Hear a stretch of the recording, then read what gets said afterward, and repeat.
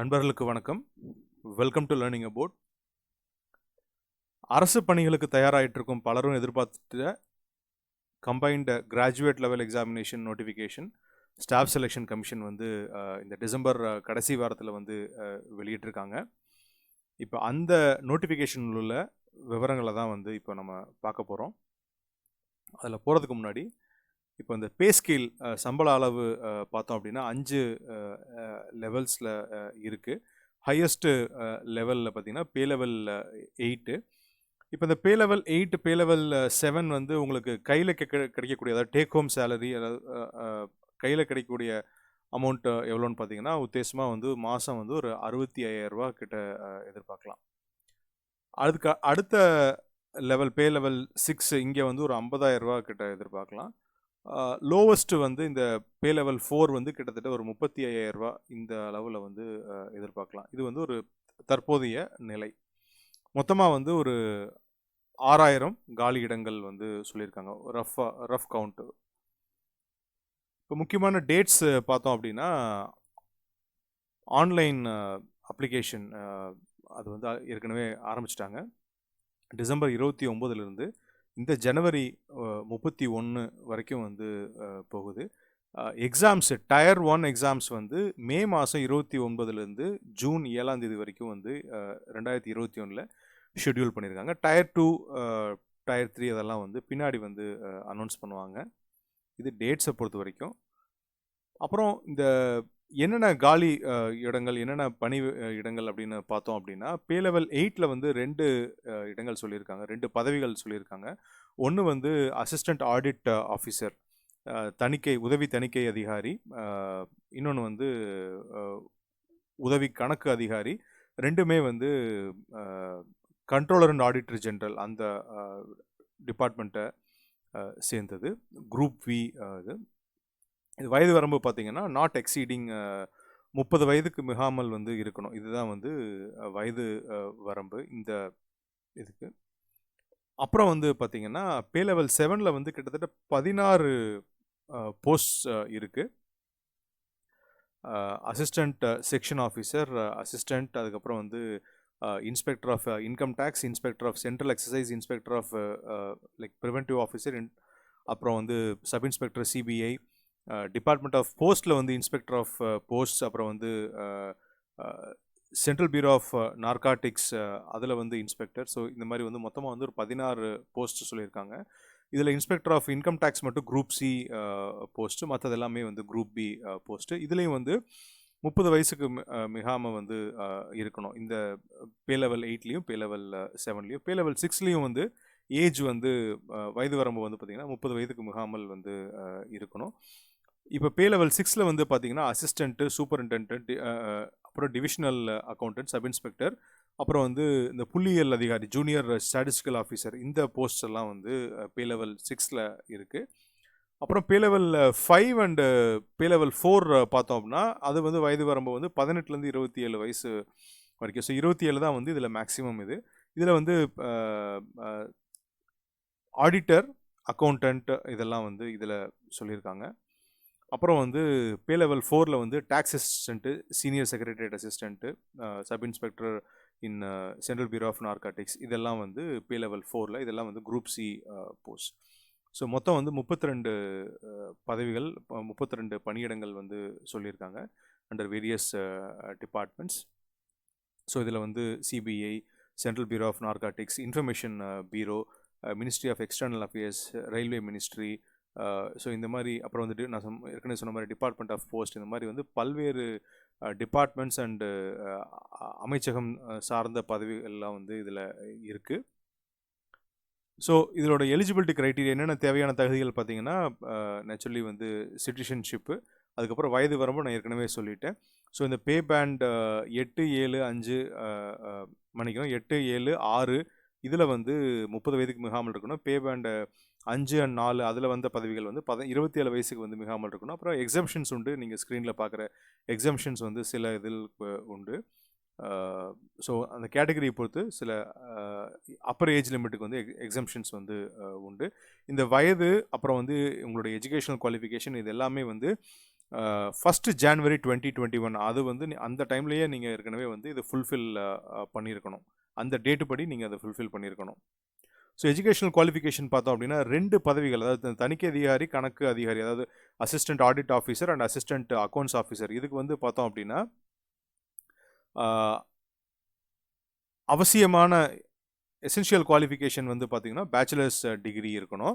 Desirable அது கூட வந்து என்ன எதிர்பார்க்குறாங்க அப்படின்னா சிஏ அல்லது காஸ்ட் அண்ட் மேனேஜ்மெண்ட் அக்கௌண்டன்ட், இல்லை கம்பெனி செக்ரட்டரி, இல்லை மாஸ்டர்ஸ் இன் காமர்ஸ், இல்லை மாஸ்டர்ஸ் இன் பிஸ்னஸ் ஸ்டடீஸ், இல்லை எம்பிஏ ஃபினான்ஸு, இல்லை மாஸ்டர்ஸ் இன் பிஸ்னஸ் எக்கானமிக்ஸ், இதெல்லாம் இருக்கணும்னு எதிர்பார்க்குறாங்க. அதே மாதிரி அடிஷ்னலாக இன்னொரு தேவை என்ன சொல்கிறாங்க அப்படின்னா ப்ரொபேஷன் பீரியட் முடிஞ்சதுக்கப்புறம் எல்லா டைரக்ட் ரெக்ரூட்ஸுமே வந்து subordinate audit and account service examination இதை வந்து குவாலிஃபை பண்ணணும்.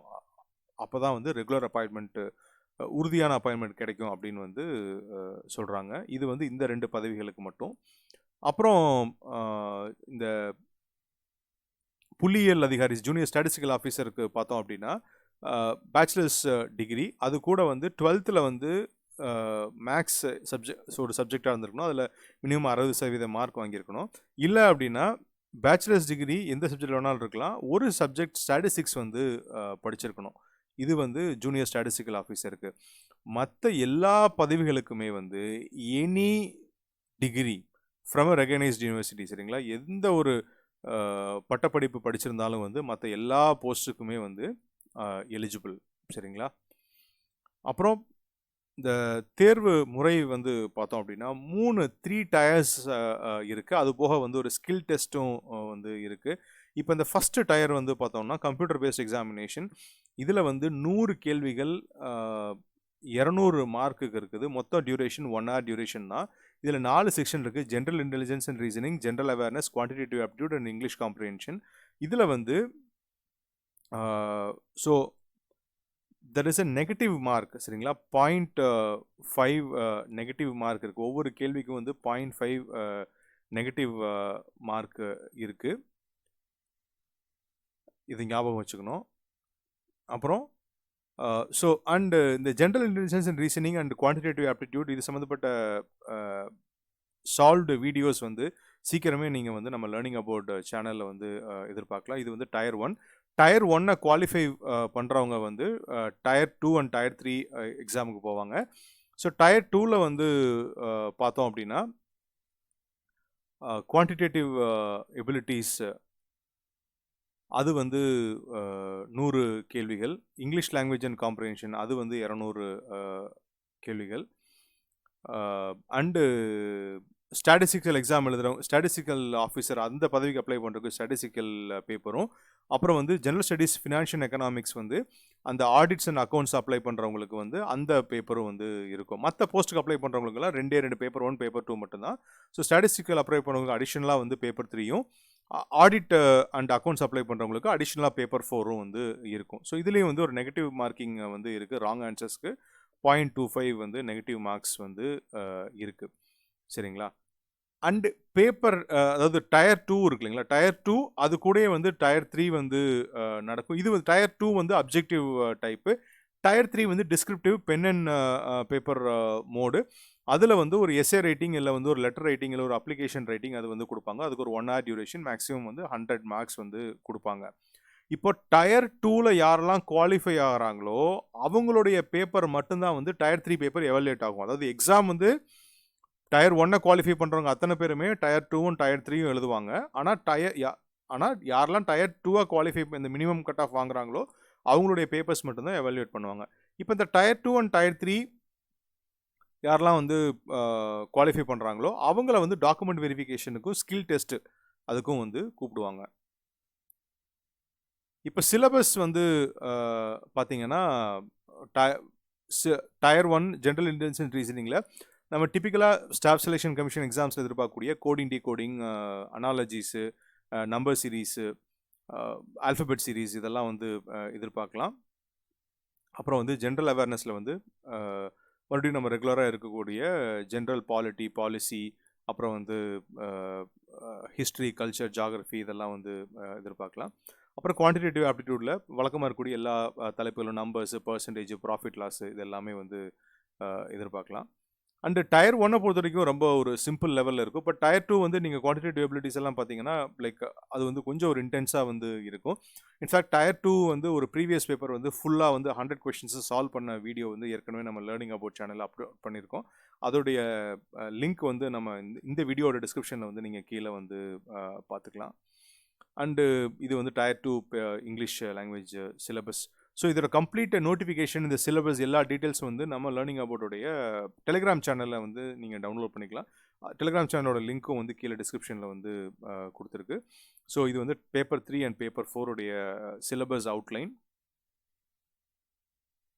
ஸோ ஏற்கனவே நான் சொன்ன மாதிரி so tier 1, tier 2 and tier 3 இதை குவாலிஃபை பண்ணவங்க இந்த data entry speed test and computer based டெஸ்ட்டுக்கு வந்து அனுப்புவாங்க.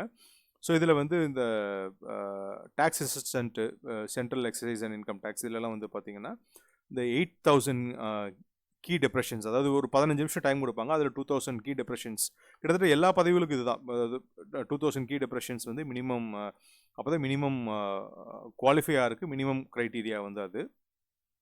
ஸோ இந்த கம்ப்யூட்டர் ப்ரொஃபிஷியன்சி டெஸ்ட்டை பொறுத்த வரைக்கும் என்னென்னா 3 விஷயங்கள் வந்து எதிர்பார்க்குறாங்க. 3 மாடியூலாக வந்து பிடிச்சிருக்காங்க. ஒன்று வந்து வேர்ட் ப்ராசஸிங், அதாவது நம்மளோட டைப்பிங் ஸ்பீடு 15 நிமிஷத்தில் வந்து அந்த 2000 கீ டெப்ரெஷன்ஸை டைப் பண்ணுறோமா, எரர் எதுவும் இல்லாமல் டைப் பண்ணுறோமா அப்படின்னு வந்து பார்ப்பாங்க. அது ஒன்று. ரெண்டாவது வந்து எக்ஸல் ஷீட்டில் வந்து ஒரு எக்ஸசைஸ் கொடுப்பாங்க. அது வந்து நம்ம எக்ஸல் ஷீட் ஸ்ப்ரெட் ஷீட்டில் வந்து அந்த டெஸ்ட்டை வந்து சக்ஸஸ்ஃபுல்லாக வந்து நம்ம வந்து செய்யணும். அப்புறம் தேர்டு பார்ட் வந்து என்னென்னா ஒரு பவர் பாயிண்ட் ப்ரெசன்டேஷன், பிபிடி வந்து ரெடி பண்ணணும். அவங்க ஒரு எக்ஸசைஸ் கொடுப்பாங்க, அது மாதிரி வந்து ஒரு பிபிடி வந்து ரெடி பண்ணணும். ஸோ இது வந்து இது வந்து குவாலிஃபையிங் நேச்சர். இதில் உள்ள மார்க் வந்து ரேங்கிங்க்கு கவுண்ட் ஆகாது. ஆனால் இதில் மினிமம் என்ன எதிர்பார்க்குறாங்களோ அதை வந்து செய்யணும். ஸோ இது வந்து கம்ப்யூட்டர் ப்ரொஃபிஷியன்சி டெஸ்ட்டு. ஸோ இந்த மினிமம் குவாலிஃபையிங் மார்க் அப்படின்னு சொன்னோம் இல்லைங்களா, அது என்னன்னு பார்த்தோம்னா இந்த டயர் 1, டயர் 2, டயர் 3ல வந்து அன்ரிசர்வ்டு கேட்டகரி வந்து மினிமம் 30% மதிப்பெண்களும், ஓபிசி அண்ட் இடபிள்யூஎஸ் 25% அது மற்ற கேட்டகரிக்கு வந்து 20% வந்து எடுக்கணும். சரிங்களா? ஸோ இதை பேஸ் பண்ணி தான் வந்து அந்த ரேங்கிங் எல்லாமே வந்து போகும். அண்டு நான் முன்னாடி சொன்ன மாதிரி மொத்த aggregate performance of tier 1, tier 2, tier 3 அதை பேஸ் பண்ணி தான் வந்து இந்த டாக்குமெண்ட் வெரிஃபிகேஷனுக்கும் வந்து இதுவும் கொடுப்பாங்க. அண்டு திறனறிதல் அந்த ஸ்கில் டெஸ்ட்டுக்கும் கூப்பிடுவாங்க.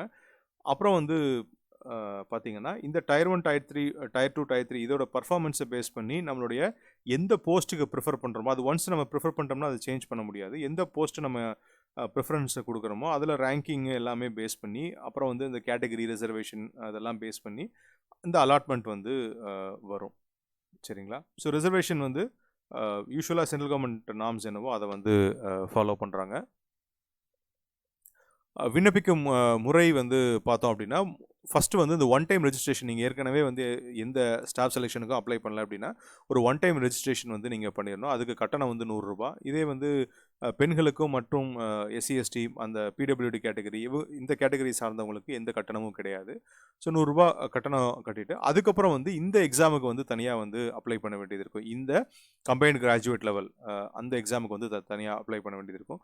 இதில் முக்கியமான விஷயம் என்னென்னு பார்த்தீங்கன்னா, இந்த ஃபோட்டோகிராஃப் அண்ட் சிக்னேச்சர் வந்து, ஸோ ஃபோட்டோகிராஃப் வந்து யூஷுவல் டைமென்ஷன்ஸ் தான். 3.5 centimetre width, 4.5 centimetre height, file size வந்து 20 KB to 50 KB. அதில் முக்கியமாக வந்து டேட், இப்போ நான் ஒரு சாம்பிள் இமேஜ் காமிச்சிருக்கேன் இல்லைங்களா, அந்த மாதிரி வந்து அதில் வந்து டேட்டும் வந்து அதில் பிரிண்ட் ஆகிருக்கணும். சரிங்களா?